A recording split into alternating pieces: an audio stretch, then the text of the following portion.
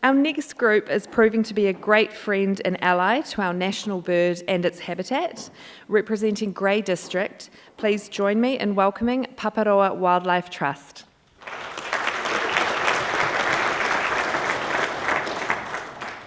Good morning. I'm Murray Hay, Deputy Mayor, Grey District Council. I have great pride in introducing these couple of guys beside me from the Paparoa Wildlife Trust, Ranger Joe Halley and Trustee Paul Berry. Thank you, Murray. 10 years ago, I was at a crossroads in my life. I was in my 50s with next to no formal qualifications, working in a sausage factory. I didn't know how I could go about realising my dream of working with New Zealand's flora or fauna. I volunteered with the fledgling Paparoa Wildlife Trust on a Women in Conservation Week in the Paparoa Mountains. It changed my life. Bivvying out at night, high up on the tussock tops, listening to kiwi calls at night. Seeing my first kiwi and holding one by its powerful scaly legs and feet. Crawling right into rocky tunnels and muddy holes to get a kiwi out for a transmitter change, or taking a kiwi egg for Operation Nest Egg. Monitoring kiwi chicks on Adele Island, our first crash site. Racing to get it all finished before the last boat would come to pick me up.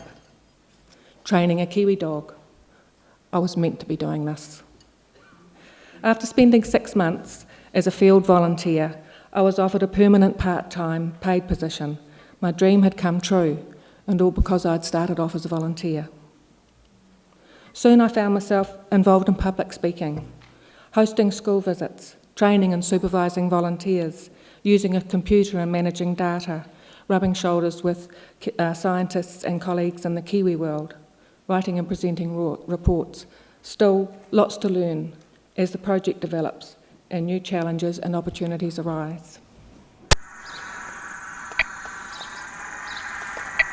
Probably the biggest kick I get these days, apart from releasing kiwi back into the wild, is the school visits, having kids come out to the creche and see their own kiwi that live in their locality and learn about conservation. I think that, to me, that is gold. It's just awesome.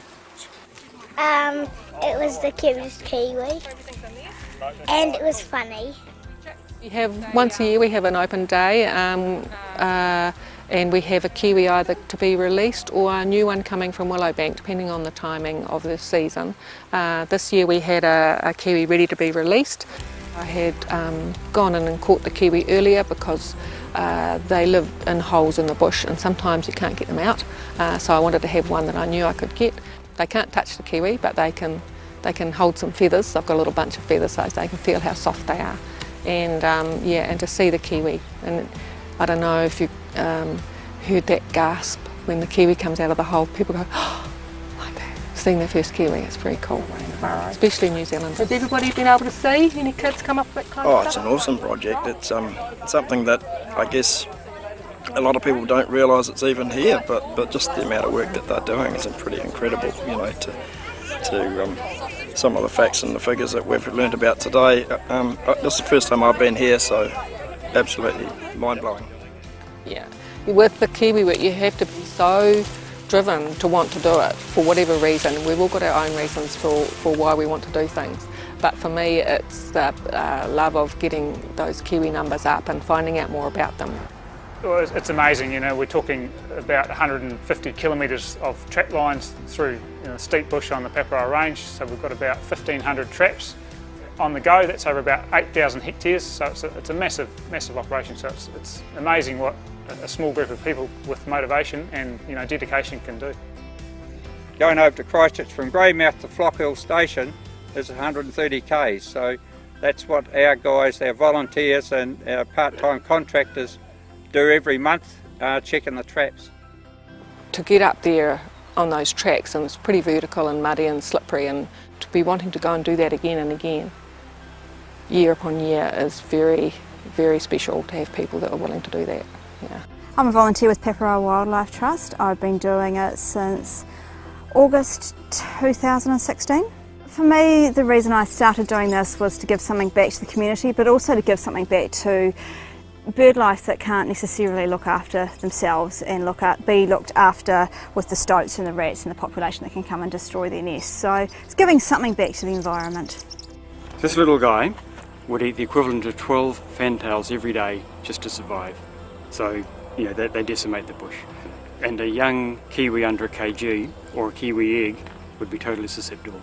It is a lot of community support, but we're getting the results. We're getting the rats, the stoats, the weasels. It's working really well.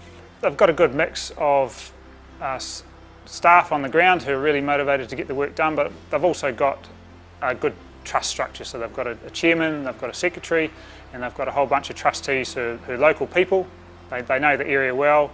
They've come from a variety of different backgrounds, so they've got some really good skills, and they work together as a team to solve problems, to work out direction, and obviously with our support, they're doing a great job.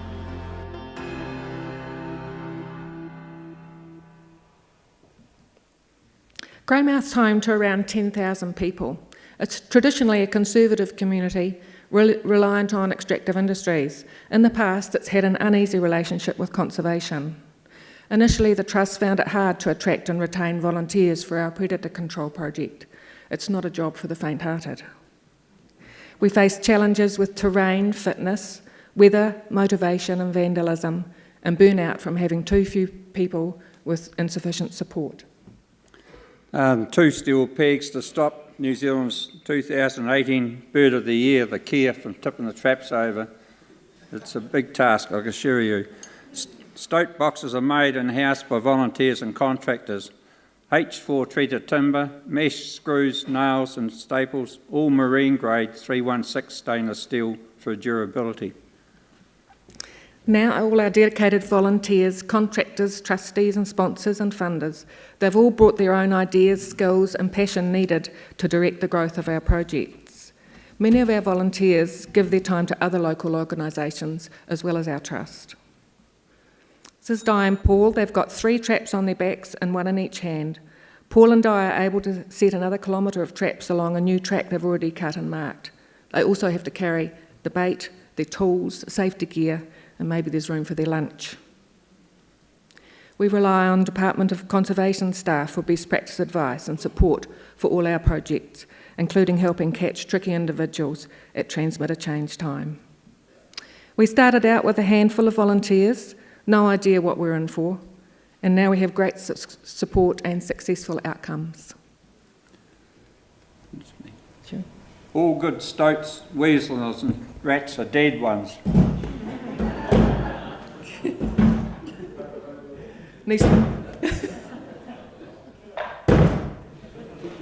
Put your finger in it, Paul.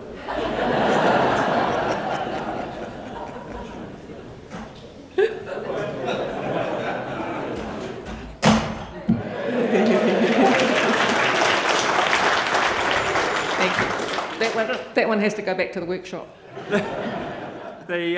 Last year we caught over 800 predators, those ones there, and that was including a 1080 drop over half of our area, so a lot were decimated by the 1080.